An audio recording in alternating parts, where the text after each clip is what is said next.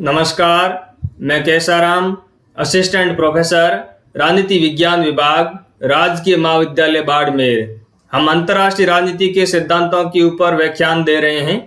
अंतर्राष्ट्रीय राजनीति के सिद्धांतों के अंतर्गत हम मार्क्सवादी सिद्धांत को समझने का प्रयास कर रहे हैं। उसी कड़ी के अंतर्गत समकालीन मार्क्सवादी सिद्धांत की एक धारा क्रिटिकल थ्योरी यानी आलोचनात्मक सिद्धांत के ऊपर आज का हमारा व्याख्यान केंद्रित रहेगा। अंतर्राष्ट्रीय राजनीति के अंतर्गत आलोचनात्मक सिद्धांत की मूल मान्यताएं क्या है, अंतर्राष्ट्रीय राजनीति का विश्लेषण क्रिटिकल थ्योरी किस तरीके से करती है और क्रिटिकल थ्योरी की उत्पत्ति किस तरीके से हुई, और अंतर्राष्ट्रीय राजनीति के अंतर्गत कौन कौन से विद्वान हैं जो क्रिटिकल थ्योरी के माध्यम से अंतर्राष्ट्रीय राजनीति का विश्लेषण करने का प्रयास करते हैं, और अंतर्राष्ट्रीय राजनीति की वैकल्पिक संभावनाओं के ऊपर आलोचनात्मक सिद्धांत किस तरीके से अपना विश्लेषण करता है। इन सभी बातों को हम इन व्याख्यानों के माध्यम से समझने का प्रयास करेंगे। जैसा कि हमने अंतर्राष्ट्रीय राजनीति के अंतर्गत समकालीन मार्क्सवादी सिद्धांत की धाराओं के ऊपर dependency theory, world system theory और न्यू ग्राम्शियनिज्म, इस पर हम बातचीत कर चुके हैं। आज का जो हमारा पूरा व्याख्यान है वो क्रिटिकल थ्योरी के ऊपर केंद्रित रहेगा। क्रिटिकल थ्योरी का अंतर्राष्ट्रीय राजनीति के अंतर्गत जो केंद्रीय विचार है वो यह है कि अंतर्राष्ट्रीय राजनीति का अध्ययन मुक्तिकारी राजनीति केंद्रित होना चाहिए। यानी जब हम अंतर्राष्ट्रीय राजनीति का अध्ययन करें, अंतर्राष्ट्रीय संबंधों का अध्ययन करें, तब हमें इमेंसिपेशन यानी मुक्ति को ध्यान में रख करके अंतर्राष्ट्रीय संबंधों को समझने का प्रयास करना चाहिए।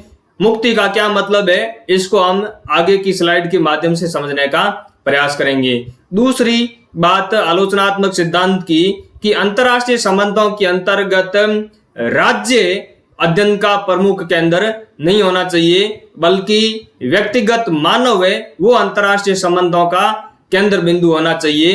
क्योंकि क्रिटिकल थ्योरी की यह मान्यता है कि अंतर्राष्ट्रीय राजनीति के अंतर्गत राज्यों की सुरक्षा की बजाय मानव की जो सुरक्षा है, मानव की जो पीड़ा है, मानव के जो दुख है वो महत्वपूर्ण है, और ये जो अनावश्यक मानवीय पीड़ा है ये अंतर्राष्ट्रीय जीवन का केंद्रीय तथ्य है। इसलिए हमें इस अनावश्यक मानवीय पीड़ा को समझने का प्रयास करना चाहिए, और इसी बात को अंतर्राष्ट्रीय राजनीति के अंतर्गत जिसने समझने का प्रयास किया है वो आलोचनात्मक सिद्धांतकार हैं रॉबर्ट कॉक्स और एंड्रयू लिंकलेटर। पिछले व्याख्यान के अंतर्गत हमने नव ग्राम्शियनवाद और ग्राम्शियनवाद के अंतर्गत रॉबर्ट कॉक्स को समझने का प्रयास किया था।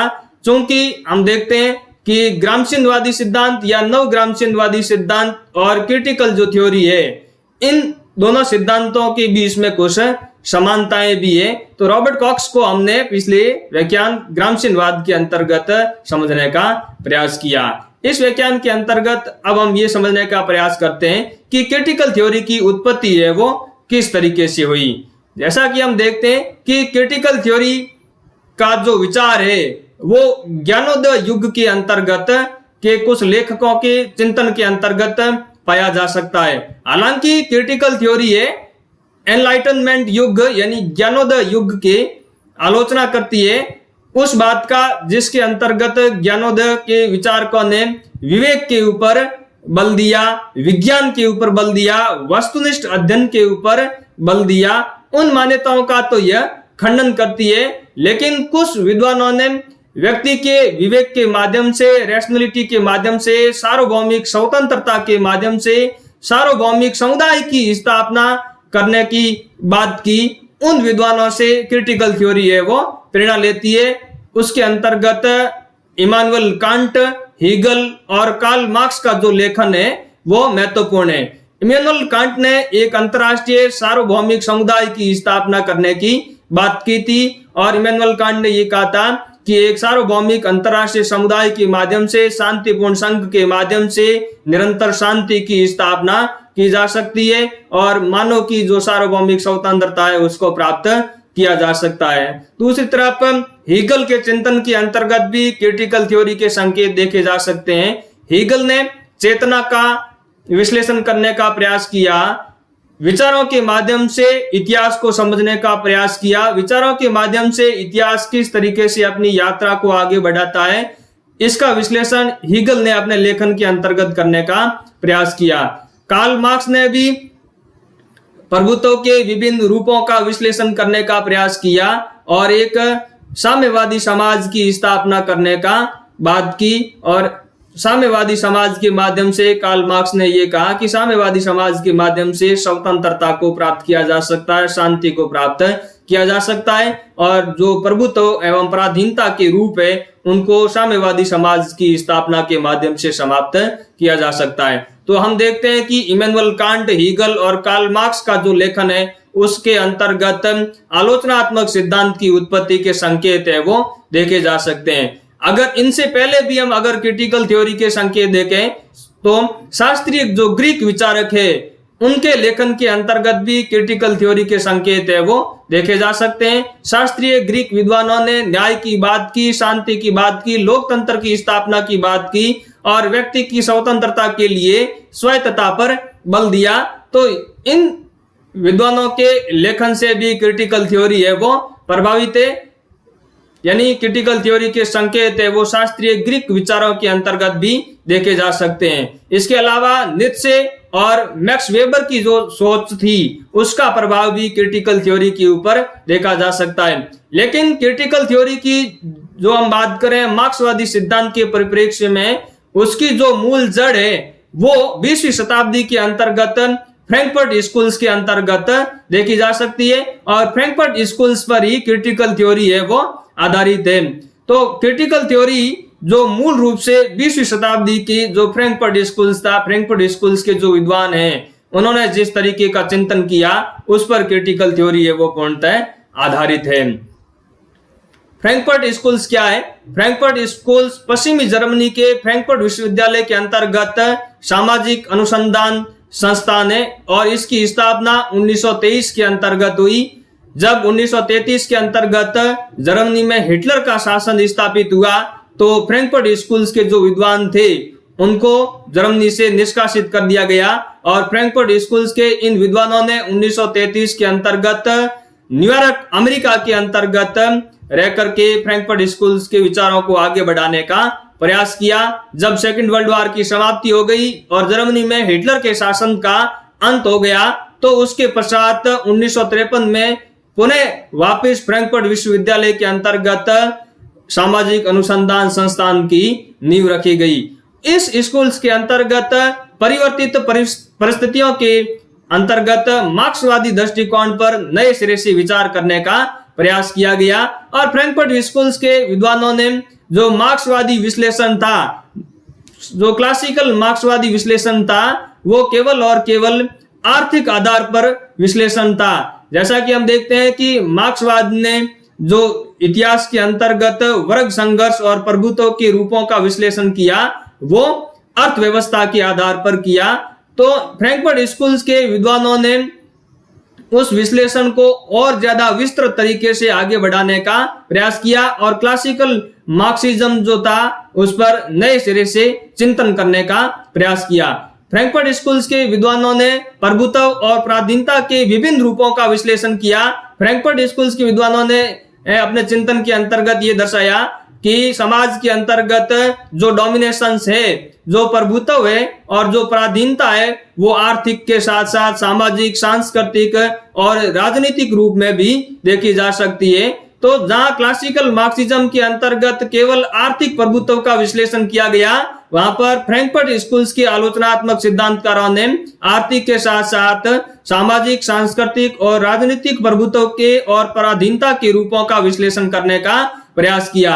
इन विद्वानों ने अपने चिंतन के अंतर्गत ये दिखाया कि केवल अर्थव्यवस्था के माध्यम से ही प्रभुत्व स्थापित नहीं किया जाता, बल्कि आर्थिक के साथ साथ सामाजिक तरीके से, सांस्कृतिक तरीके से, राजनीतिक तरीके से भी प्रभुत्व स्थापित किया जाता है और इन तरीकों के माध्यम से जो अधीनस्थ वर्ग है उनका शोषण किया जाता है, उस वर्ग को पराधीन बनाया जाता है। फ्रैंकफर्ट स्कूल्स को भी हम दो पीढ़ी के अंतर्गत देख सकते हैं। पहली पीढ़ी के विचारकों के अंतर्गत मैक्स हॉर्खहाइमर, थियोडोर एडोर्नो, एरिक फ्रॉम और हर्बर्ट मार्क्यूजे ये विचारक महत्वपूर्ण थे और दूसरी पीढ़ी के अंतर्गत जो कि समकालीन सिद्धांतकार हैं उनमें हेबरमास का नाम प्रमुख रूप से उल्लेखनीय। तो इन पहली पीढ़ी के विद्वानों, जिसमें मैक्स हार्खहाइमर, थियोडोर एडोर्नो, एरिक फ्रॉम और हर्बर्ट मार्क्यूजे, और दूसरी पीढ़ी के जो विद्वान हैबरमास हैं, इन विद्वानों ने जो चिंतन किया, उस सारे के सारे चिंतन को सामूहिक रूप से फ्रैंकफर्ट स्कूल का चिंतन या क्रिटिकल थ्योरी के नाम से जाना जाता है। इस फ्रैंकफर्ट स्कूल्स की प्रमुख मान्यताएं क्या थी, उनको हम देखने का प्रयास करते हैं। पहली जो मान्यता है फ्रैंकफर्ट स्कूल्स की, वो है कि फ्रैंकफर्ट स्कूल्स के विद्वान आधार की बजाय अधिरचना को समझने का प्रयास करते हैं। फ्रैंकफर्ट स्कूल के विद्वानों का ये मानना है कि बेस के साथ साथ सुपर स्ट्रक्चर यानी अधिरचना का भी महत्वपूर्ण योगदान है। जहां क्लासिकल मार्क्सिज्म के अंतर्गत, शास्त्रीय मार्क्सवाद के अंतर्गत, सामाजिक जीवन के अंतर्गत केवल आधार को समझने का प्रयास किया गया, और मार्क्स ने यह कहा कि आधार के माध्यम से ही सामाजिक विकास का निर्धारण होता है, ऐतिहासिक विकास का निर्धारण होता है, और इतिहास जो प्रगति करता है वो अर्थव्यवस्था के माध्यम से ही प्रगति करता है, और अर्थव्यवस्था के माध्यम से ही सामाजिक संबंधों का निर्धारण होता है। तो मार्क्सवाद के अंतर्गत सामाजिक जीवन के दो तत्वों को देखा जा सकता है, एक आधार और दूसरा अधिरचना, यानी बेस और सुपर स्ट्रक्चर। बेस के अंतर्गत जो शामिल किया जाता है, अर्थव्यवस्था को शामिल किया जाता है, यानी उत्पादन के साधन और उत्पादन के संबंध, ये आधार के अंतर्गत शामिल होते हैं। और मार्क्स का ये मानना था कि आधार के माध्यम से ही सामाजिक विकास और सामाजिक संबंधों का निर्धारण होता है, जबकि क्रिटिकल थ्योरी के जो विद्वान हैं वो बेस की तुलना में सुपर स्ट्रक्चर को ज्यादा महत्वपूर्ण मानते हैं। क्रिटिकल थ्योरी के विद्वानों का ये तर्क है कि आधार के साथ साथ हमें अधिरचना को भी समझना होगा। अधिरचना के माध्यम से भी प्रभुत्व और पराधीनता के रूपों का विकास समाज के अंतर्गत देखा जा सकता है। सुपर स्ट्रक्चर के अंतर्गत क्या आता है, अर्थव्यवस्था को छोड़ करके बाकी जो सामाजिक, सांस्कृतिक, राजनीतिक कारक है उनको सुपर स्ट्रक्चर के अंतर्गत शामिल किया जाता है, जिसमें शिक्षा, संस्कृति, नागरिक समाज, राजनीतिक समाज और सरकार का जो कानूनी ढांचा है वो सुपर स्ट्रक्चर के अंतर्गत आता है। यानी संस्कृति, नौकरशाही और पारिवारिक जो संरचनाएं हैं ये सुपर स्ट्रक्चर के माध्यम से निर्धारित होती है, और ये इनको सुपर स्ट्रक्चर के अंतर्गत ही शामिल किया जाता है। तो फ्रैंकफर्ट स्कूल्स के विद्वानों का ये मानना है कि हमें केवल अर्थव्यवस्था के तत्वों से भी बंधा हुआ नहीं रहना चाहिए, बल्कि अर्थव्यवस्था के साथ साथ हमें प्रभुत्व के जो बाकी रूप है, जिसके अंतर्गत सामाजिक रूप से प्रभुत्व किस तरीके से किया जाता है, सांस्कृतिक रूप से प्रभुत्व किस तरीके से स्थापित किया जाता है, और राजनीतिक तरीके से किस तरीके से प्रभुत्व स्थापित किया जाता है, इनको समझने का प्रयास करना चाहिए। और क्रिटिकल थ्योरी के विद्वान ये मानते हैं कि अधिरचना के माध्यम से प्रभुत्व स्थापित करने के अंतर्गत मीडिया की भूमिका भी महत्वपूर्ण होती है, सिविल सोसाइटी की भूमिका भी महत्वपूर्ण होती है। क्रिटिकल थ्योरी के विद्वानों ने मीडिया की भूमिका को एक तरीके से संस्कृति उद्योग, कल्चरल इंडस्ट्री के नाम से पुकारा है। यानी इनका ये कहना है कि मीडिया के माध्यम से पूंजीवादी संस्कृति को इस तरीके से प्रचारित किया जाता है, जैसे कि जिसके अंतर्गत ये मान लिया जाता है कि यह संस्कृति सभी के लाभ के लिए, पूंजीवादी जो संस्कृति है, पूंजीवादी जो मूल्य है वो सभी के लाभ के लिए, लेकिन ऐसा वास्तव के अंतर्गत होता नहीं है। तो फ्रैंकफर्ट स्कूल्स के विद्वानों ने सुपर स्ट्रक्चर के माध्यम से किस तरीके से प्रभुत्व स्थापित किया जाता है और सर्वहारा वर्ग को किस तरीके से पराधीन बना दिया जाता है, इस बात को समझने का फ्रैंकफर्ट स्कूल्स के विद्वानों ने प्रयास किया।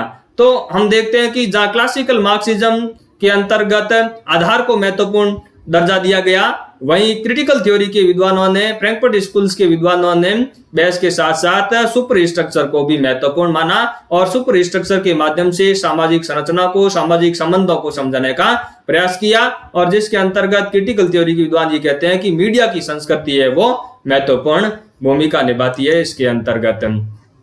दूसरी क्रिटिकल थ्योरी की जो विशेषता है वो है एक आयामी समाज, वन डायमेंशनल सोसाइटी या वन डायमेंशनल मैन, एक आयामी व्यक्ति।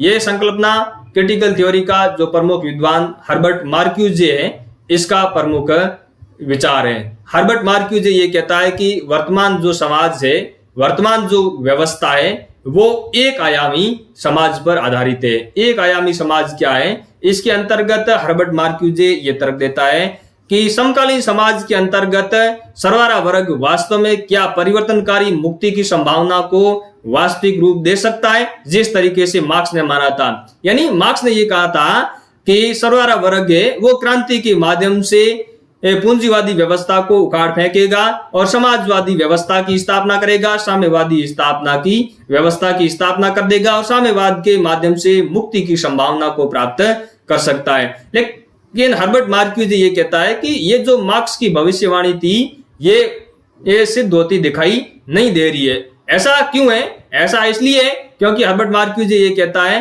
कि इस तरह की संस्कृति को बढ़ावा दिया जा रहा है, इस तरह के सामाजिक विचारों को बढ़ावा दिया जा रहा है सिविल सोसाइटी के माध्यम से, मीडिया के माध्यम से, कि जो वर्तमान व्यवस्था है वो सभी के भले के लिए है। और इस विचार के माध्यम से जो मजदूर वर्ग है उसने वास्तव में पूंजीवादी व्यवस्था को स्वीकार कर लिया है और मजदूर वर्ग यानी सर्वहारा वर्ग स्वयं प्रचलित व्यवस्था को स्वीकार कर चुका है और प्रचलित व्यवस्था के अंतर्गत मजदूर वर्ग अपने आप में समाहित हो चुका है। यानी मजदूर वर्ग है वो पूंजीवादी व्यवस्था को स्वीकार करते हुए उसके अंतर्गत समाहित हो चुका है।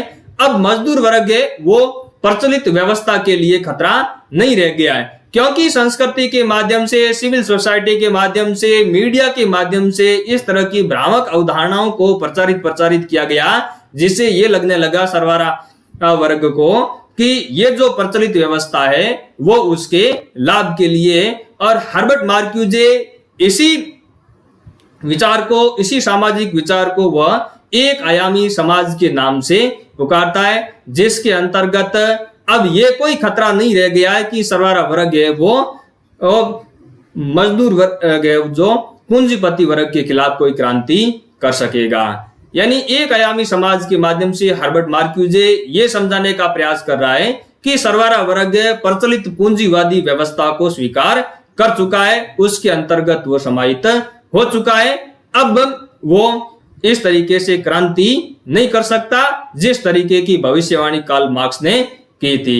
तो हर्बर्ट मार्क्यूज ये कहता है कि जो मजदूर वर्ग का विशाल बहुमत है अब उसने एक नए विकल्प की तलाश करना छोड़ दिया है। तो क्रिटिकल थ्योरी ये समझाने का प्रयास करती है कि वर्तमान जो समाज है वो एक आयामी समाज है और वो पूंजीवादी व्यवस्था पर आधारित है।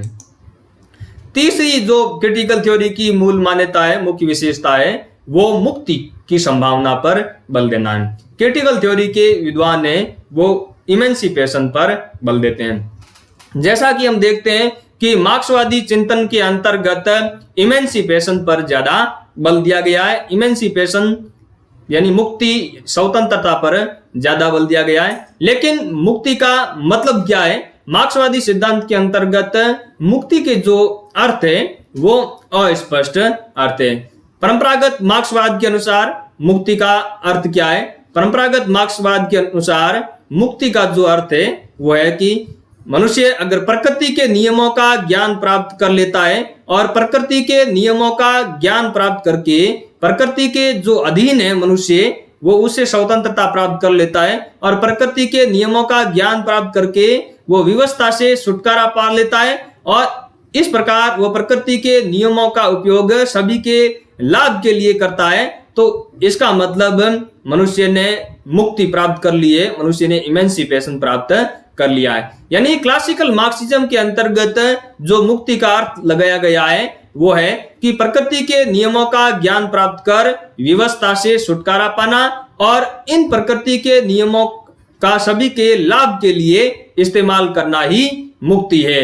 लेकिन क्रिटिकल थ्योरी के जो विद्वान है पहली पीढ़ी के वो इस मान्यता को स्वीकार नहीं करते। वो कहते हैं मुक्ति का अर्थ जो लगाते हैं वो है प्रकृति के साथ सामंजस्य स्थापित करना। क्रिटिकल थ्योरी के पहली पीढ़ी के जो विद्वान है उनके अनुसार मुक्ति क्या है? उनके अनुसार मुक्ति का मतलब है प्रकृति के साथ तालमेल स्थापित करना। या क्रिटिकल थ्योरी के पहली पीढ़ी के विद्वान ये कहते हैं कि क्लासिकल मार्क्सिज्म के अंतर्गत जो मुक्ति का अर्थ लगाया गया वो मुक्ति का अर्थ अपने आप में अस्पष्ट है, अपने आप में गलत है, क्योंकि क्लासिकल मार्क्सिज्म के अंतर्गत मुक्ति का मतलब निकाला गया कि प्रकृति के ऊपर प्रभुत्व स्थापित करना, प्रकृति के नियमों का ज्ञान हासिल करना। यहाँ क्रिटिकल थ्योरी के पहली पीढ़ी के विद्वान ये कहते हैं कि मनुष्य अगर प्रकृति के नियमों का ज्ञान प्राप्त करके प्रकृति के ऊपर अगर वो प्रभुत्व स्थापित करने का प्रयास करेगा तो ये संभावना एक मनुष्य द्वारा दूसरे मनुष्य के ऊपर प्रभुत्व स्थापित करने के रूप में बनी रहती है। यानी प्रकृति के ऊपर प्रभुत्व स्थापित करना ये कहाँ विस्तारित होगा, ये दूसरे मनुष्यों के ऊपर एक मनुष्य द्वारा प्रभुत्व स्थापित करने के रूप में यह विस्तार हो जाएगा, विकसित हो जाएगा। तो इस तरीके से प्रभुत्व है वो बढ़ेगा और मनुष्य की वास्तविक मुक्ति नहीं मिल पाएगी, तो इसका खामियाजा मनुष्य को भुगतना पड़ेगा। तो क्रिटिकल थ्योरी के पहली पीढ़ी के विद्वान ये कहते हैं कि मुक्ति का जो वास्तविक अर्थ है वो है प्रकृति के साथ तालमेल स्थापित करना, न कि प्रकृति के ऊपर प्रभुत्व स्थापित करना। दूसरी पीढ़ी का जो विद्वान है जिसमें हेबरमास सबसे प्रमुख है, हेबरमास के अनुसार मुक्ति का जो अर्थ है वो है टू कम्युनिकेशन,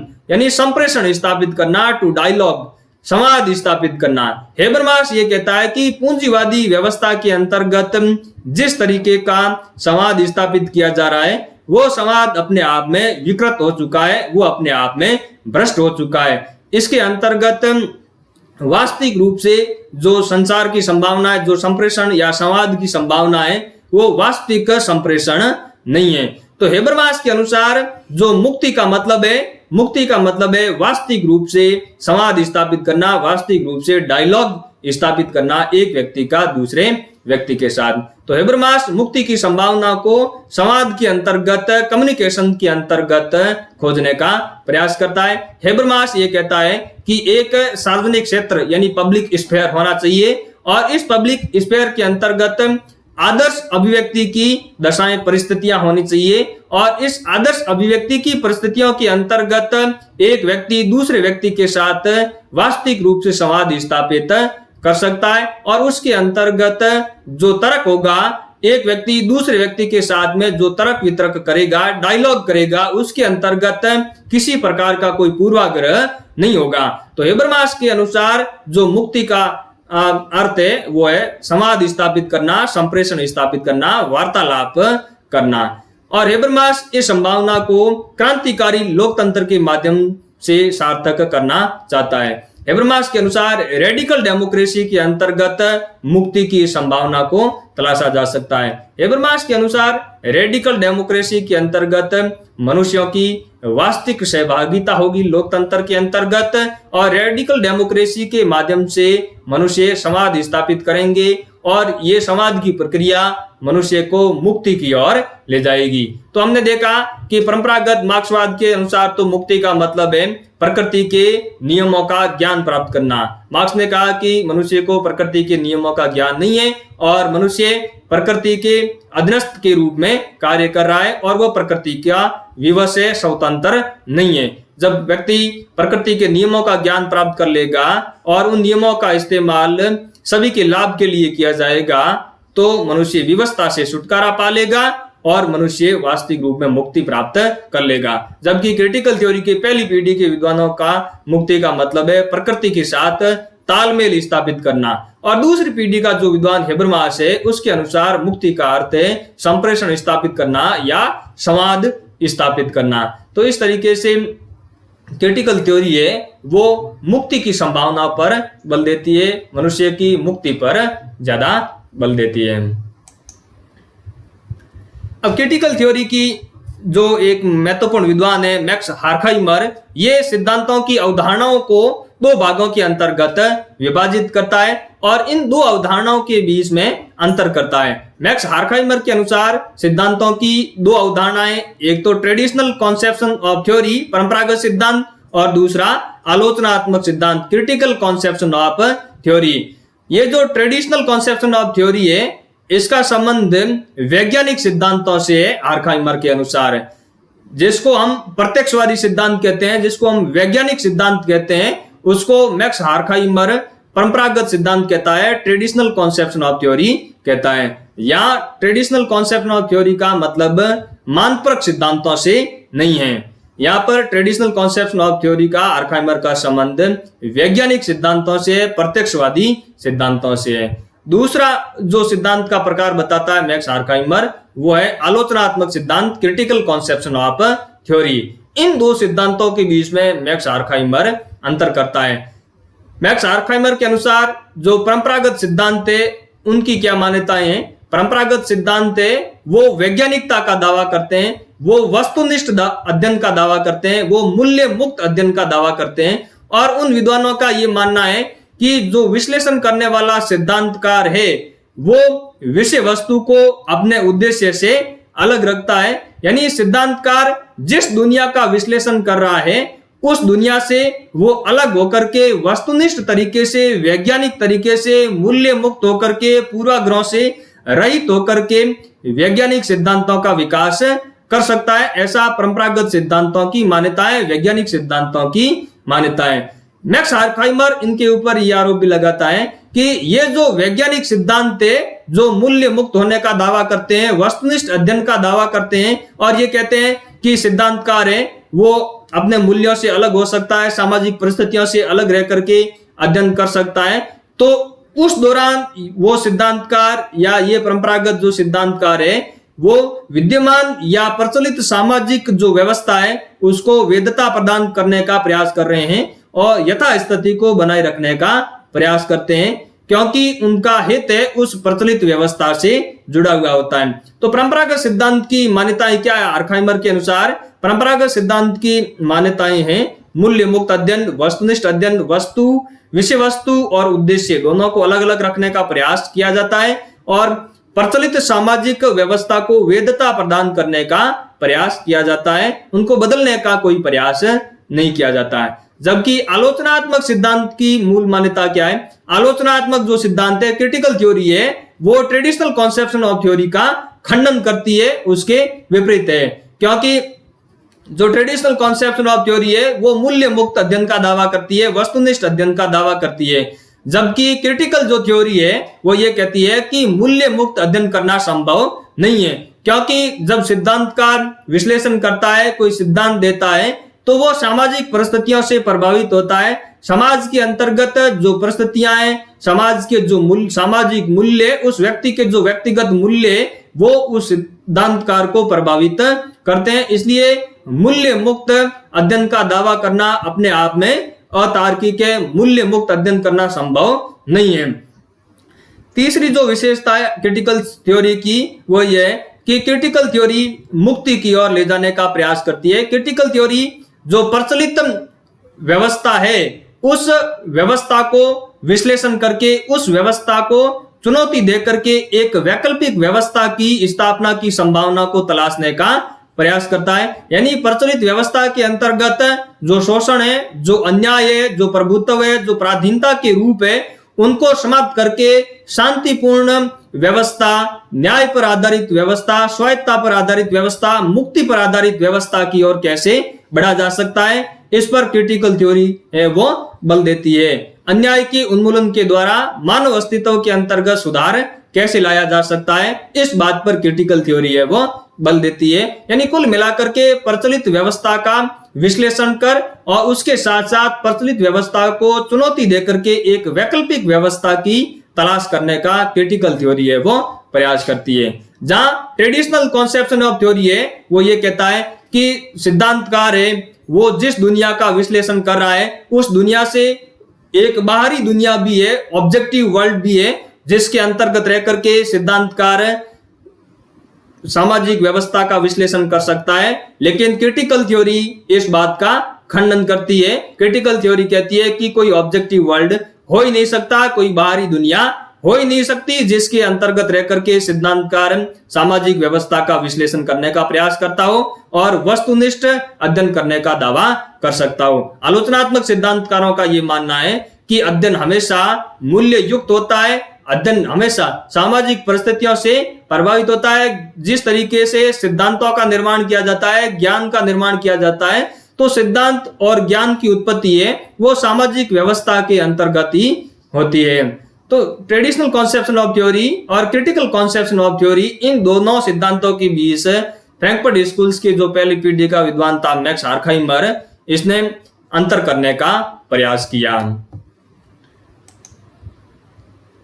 मैक्स आर्खाइमर के अनुसार आलोचनात्मक सिद्धांतकार केवल विद्यमान सामाजिक व्यवस्था ठोस ऐतिहासिक स्थिति की सरलतम रूप में व्याख्या करने का प्रयास नहीं करते हैं, बल्कि आलोचनात्मक सिद्धांत का जो मुख्य बल है वो है कि परिवर्तन को कैसे प्रोत्साहित किया जा सकता है, समाज के अंतर्गत परिवर्तन कैसे लाया जा सकता है, अर्थात जो स्थिति है उसमें बदलाव लाना आलोचनात्मक सिद्धांत का मुख्य उद्देश्य है।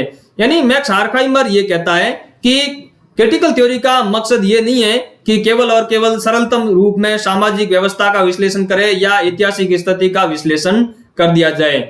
ये तो खूब सारे विद्वानों ने किया है। इसके साथ हार्खहाइमर ये कहता है कि क्रिटिकल थ्योरी का जो मूल मकसद है वो मूल मकसद है कि समाज के अंतर्गत बदलाव कैसे लाया जा सकता है, एक अल्टरनेटिव सिस्टम की तलाश कैसे की जा सकती है जो मुक्ति के ऊपर आधारित हो, जो न्याय के ऊपर आधारित हो, जो व्यक्ति की स्वतंत्रता के ऊपर आधारित हो। यहाँ क्रिटिकल थ्योरी के जो विद्वान है वो मार्क्स के इस कथन से प्रभावित है, जो कि मार्क्स ने अपनी पुस्तक थीसिस ऑन फ्यूरबाख के अंतर्गत लिखा था कि अब तक दार्शनिकों ने दुनिया की विभिन्न तरीकों से व्याख्या तो की है, लेकिन मूल प्रश्न इसे बदलने का है। यानी मार्क्स ने यह कहा कि सामाजिक दुनिया का विश्लेषण करना ही पर्याप्त नहीं है, बल्कि यह भी समझना और सोचना महत्वपूर्ण है कि इस दुनिया के अंतर्गत बदलाव कैसे लाया जा सकता है।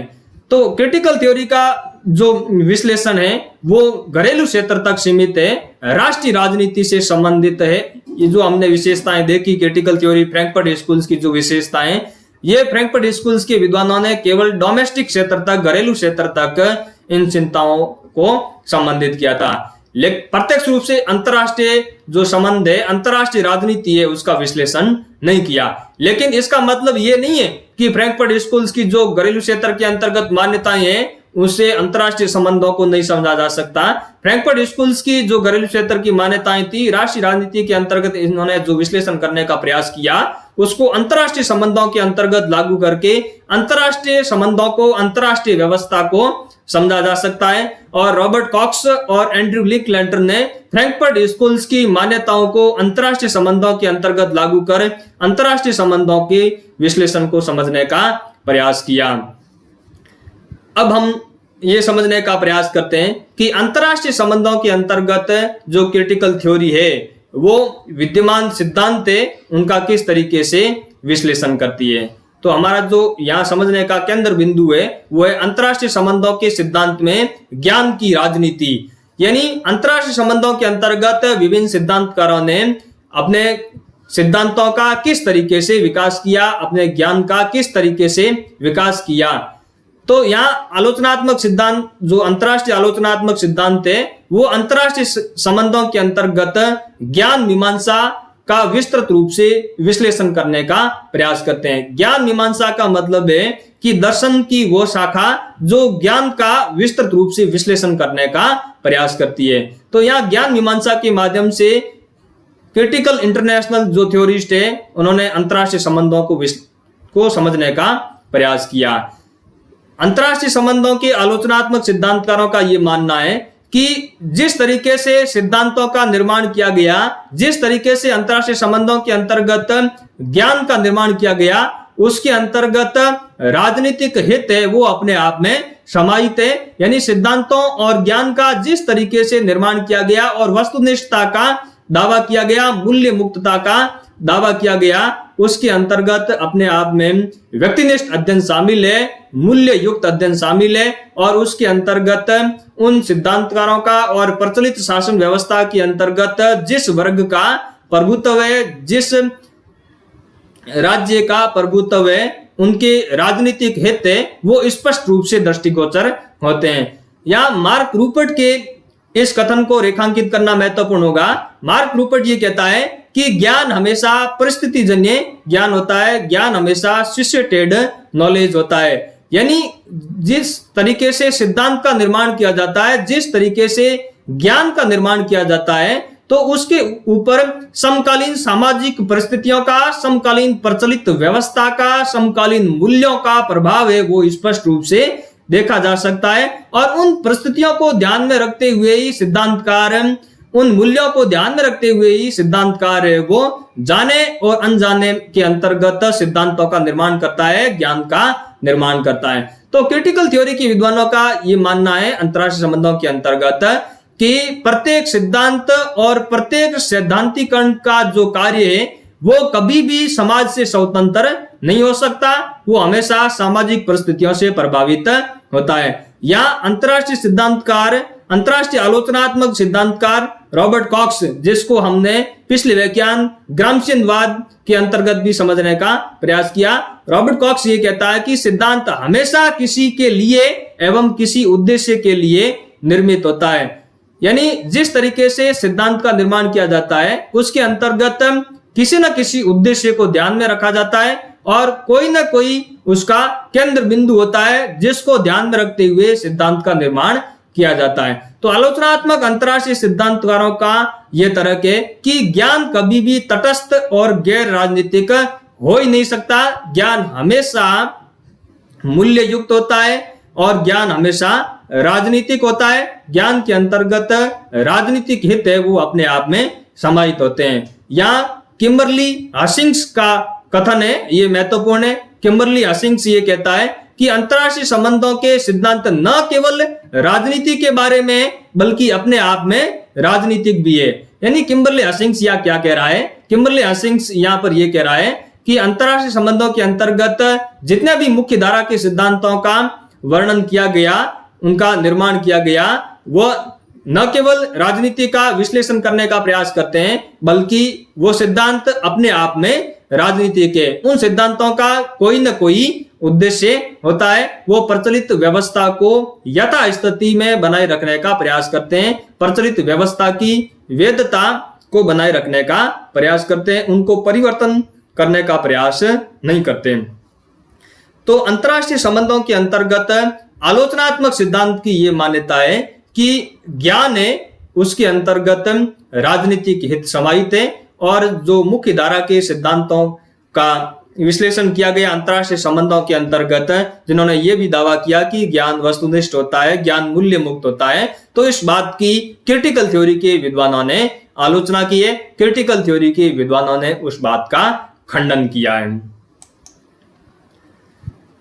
रॉबर्ट कॉक्स अंतरराष्ट्रीय संबंधों के सिद्धांतों को दो भागों के अंतर्गत विभाजित करता है। या रॉबर्ट कॉक्स है वो मैक्स हार्खाइमर से प्रेरणा लेता है। जिस तरीके से मैक्स हार्खाइमर ने ट्रेडिशनल कॉन्सेप्शन ऑफ थ्योरी और क्रिटिकल कॉन्सेप्शन ऑफ थ्योरी के अंतर्गत अंतर किया, उसी तरीके से रॉबर्ट कॉक्स अंतरराष्ट्रीय संबंधों के सिद्धांतों के अंतर्गत भी अंतरराष्ट्रीय संबंधों के सिद्धांतों को दो भागों के अंतर्गत विभाजित करता है। रॉबर्ट कॉक्स का आर्टिकल 1981 के अंतर्गत प्रकाशित हुआ social forces, states and world orders. इस आर्टिकल्स के अंतर्गत रॉबर्ट कॉक्स ने अंतरराष्ट्रीय संबंधों को के जो सिद्धांत है उसको दो भागों के अंतर्गत विभाजित किया। एक समस्या समाधान सिद्धांत, प्रॉब्लम सॉल्विंग थ्योरी, और दूसरा आलोचनात्मक सिद्धांत, क्रिटिकल थ्योरी। यहाँ पर रॉबर्ट कॉक्स है वो मैक्स हार्खाइमर के चिंतन से प्रभावित है। रॉबर्ट कॉक्स स्वयं क्रिटिकल थ्योरी का समर्थक विद्वान है और प्रॉब्लम सॉल्विंग थ्योरी है उसका आलोचनात्मक विद्वान है। रॉबर्ट कॉक्स समस्या समाधान सिद्धांत की जो विशेषताएं बताता है। रॉबर्ट कॉक्स के अनुसार समस्या समाधान सिद्धांत की अंतरराष्ट्रीय संबंधों के अंतर्गत जो मान्यताएं हैं वो यह है कि पहली बात, समस्या समाधान सिद्धांत प्रत्यक्षवादी पद्धति पर आधारित है, पॉजिटिविज्म मेथोडोलॉजी पर आधारित है। पॉजिटिविज्म मेथोडोलॉजी ये कहती है कि तथ्यों को मूल्यों से अलग करके समझना चाहिए। जब सिद्धांतकार सिद्धांतों का निर्माण करे तब वो मूल्य मुक्त होकर अध्ययन करे, केवल तथ्यों पर आधारित अध्ययन करे। तो ये प्रत्यक्षवादी पद्धति की जो मान्यता है उसको प्रॉब्लम सॉल्विंग थ्योरिस्ट जो भी है उन्होंने स्वीकार किया है और प्रत्यक्षवादी पद्धति के माध्यम से अंतरराष्ट्रीय राजनीति के अंतर्गत सिद्धांतों का विश्लेषण किया है। दूसरी जो विशेषता बताता है Robert Cox problem solving theory की वो यह है कि प्रॉब्लम सॉल्विंग जो थ्योरी है वो प्रचलित वैश्विक व्यवस्था को यथास्थिति में बनाए रखने का समर्थन करती है। जो विद्यमान व्यवस्था है उसको वैधता प्रदान करने का ये प्रयास करती है। प्रॉब्लम सॉल्विंग थ्योरी के अंतर्गत रॉबर्ट कॉक्स ये कहता है कि इसके अंतर्गत यथार्थवाद, नव यथार्थवाद, उदारवाद और न उदारवाद ये सभी सिद्धांत वो प्रॉब्लम सॉल्विंग थ्योरी का ही हिस्सा है। इन्होंने क्या किया, इन्होंने प्रचलित व्यवस्था की वैधता को बनाए रखने के लिए, प्रचलित व्यवस्था की यथास्थिति को बनाए रखने के लिए ही इन सिद्धांतों का विकास किया। बदलाव पर इन सिद्धांतकारों का कोई बल नहीं था। इन्होंने वैकल्पिक व्यवस्था की संभावना पर कोई जोर नहीं दिया। तो रॉबर्ट कॉक्स ये कहता है कि जब यथार्थवाद और नव यथार्थवाद ये बात करता है कि शक्ति संतुलन के माध्यम से शांति स्थापित की जा सकती है, शक्ति संतुलन के माध्यम से युद्ध को कम किया जा सकता है, संघर्ष को रोका जा सकता है, राष्ट्रीय हित महत्वपूर्ण है, शक्ति महत्वपूर्ण है, तब रॉबर्ट कॉक्स ये कहता है कि यह तर्क उनके पक्ष में जिसका प्रचलित शासन व्यवस्था के ऊपर डोमिनेशन है, प्रचलित शासन व्यवस्था की वैश्विक व्यवस्था के अंतर्गत जिन राष्ट्रों की हेजेमनी है उनको ध्यान में रखते हुए ही इन सिद्धांतों का विकास किया गया है। रॉबर्ट कॉक्स से प्रॉब्लम सॉल्विंग थ्योरी की आलोचना करता है, उनका खंडन करता है, उसका विरोध करता है और क्रिटिकल थ्योरी का समर्थन करता है। रॉबर्ट कॉक्स कहता है कि क्रिटिकल थ्योरी की जो विशेषता है वो यह है कि क्रिटिकल थ्योरी विद्यमान वैश्विक व्यवस्था को चुनौती देने का प्रयास करती है, यथास्थिति को खंडन करने का प्रयास करती है और अंतरराष्ट्रीय व्यवस्था के अंतर्गत, वैश्विक व्यवस्था के अंतर्गत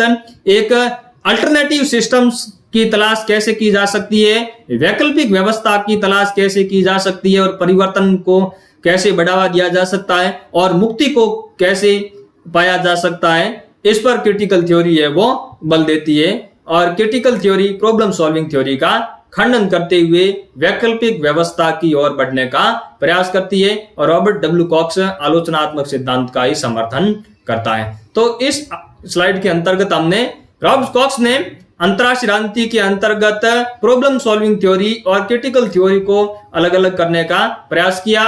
इसको हमने समझने का यहाँ पर प्रयास किया और ये समझने का प्रयास किया कि रॉबर्ट कॉक्स क्रिटिकल थ्योरी के ऊपर बल देता है, क्रिटिकल थ्योरी का ही समर्थन करता है। इसको हमने ग्रामसीवाद के अंतर्गत भी समझने का प्रयास किया था।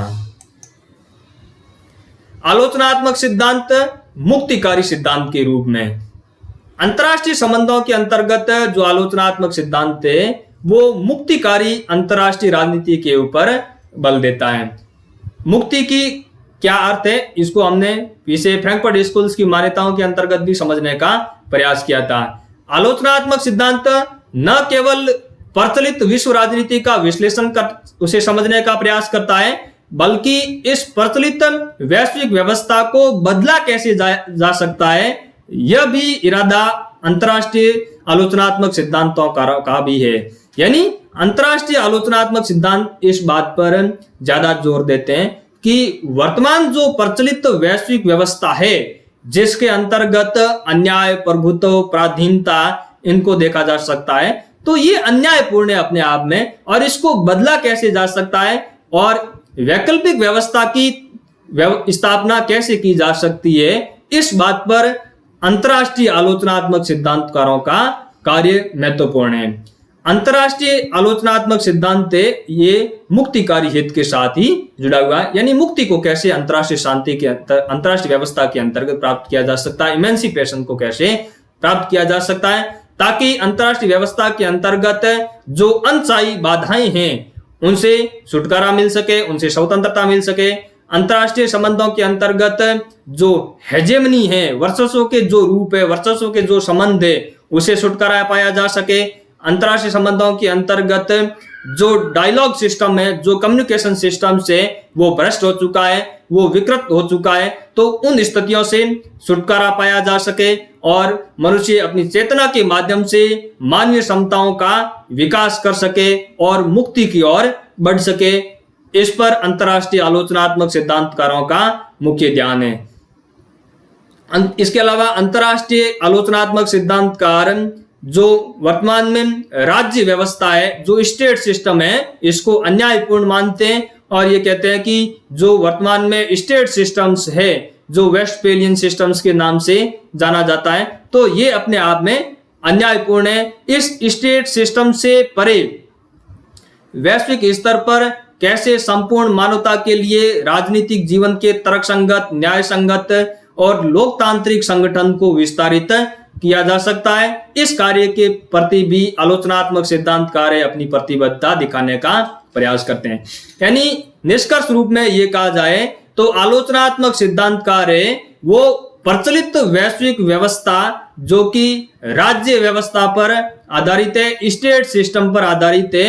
आलोचनात्मक सिद्धांतकारों का यह तर्क है कि ये जो स्टेट सिस्टम पर आधारित अंतरराष्ट्रीय वैश्विक व्यवस्था है ये अपने आप में अन्याय पर आधारित है, ये हेजेमनी पर आधारित है, ये प्रभुत्व पर आधारित है, ये शोषण पर आधारित वैश्विक व्यवस्था है। और इस वैश्विक व्यवस्था से छुटकारा पाकर के एक मुक्तिकारी अंतरराष्ट्रीय व्यवस्था की स्थापना करनी चाहिए। मुक्तिकारी वैश्विक व्यवस्था की ओर बढ़ने का प्रयास करना चाहिए, जहां पर मनुष्य के कार्यों के अंतर्गत कोई अनियंत्रित बाधाएं नहीं होगी, किसी प्रकार का कोई वर्चस्व नहीं होगा, और जो समाज की प्रक्रिया होगी वो अविकृत होगी, अभ्रष्ट होगी, किसी प्रकार का उसके अंतर्गत व्यवधान नहीं होगा, और मनुष्य अपनी मानवीय क्षमताओं का विकास करके अपनी जो विकास की संभावनाएं हैं उसको प्राप्त करने का प्रयास कर सकते हैं। तो इस तरीके का पोस्ट वेस्टफेलियन सिस्टम से वो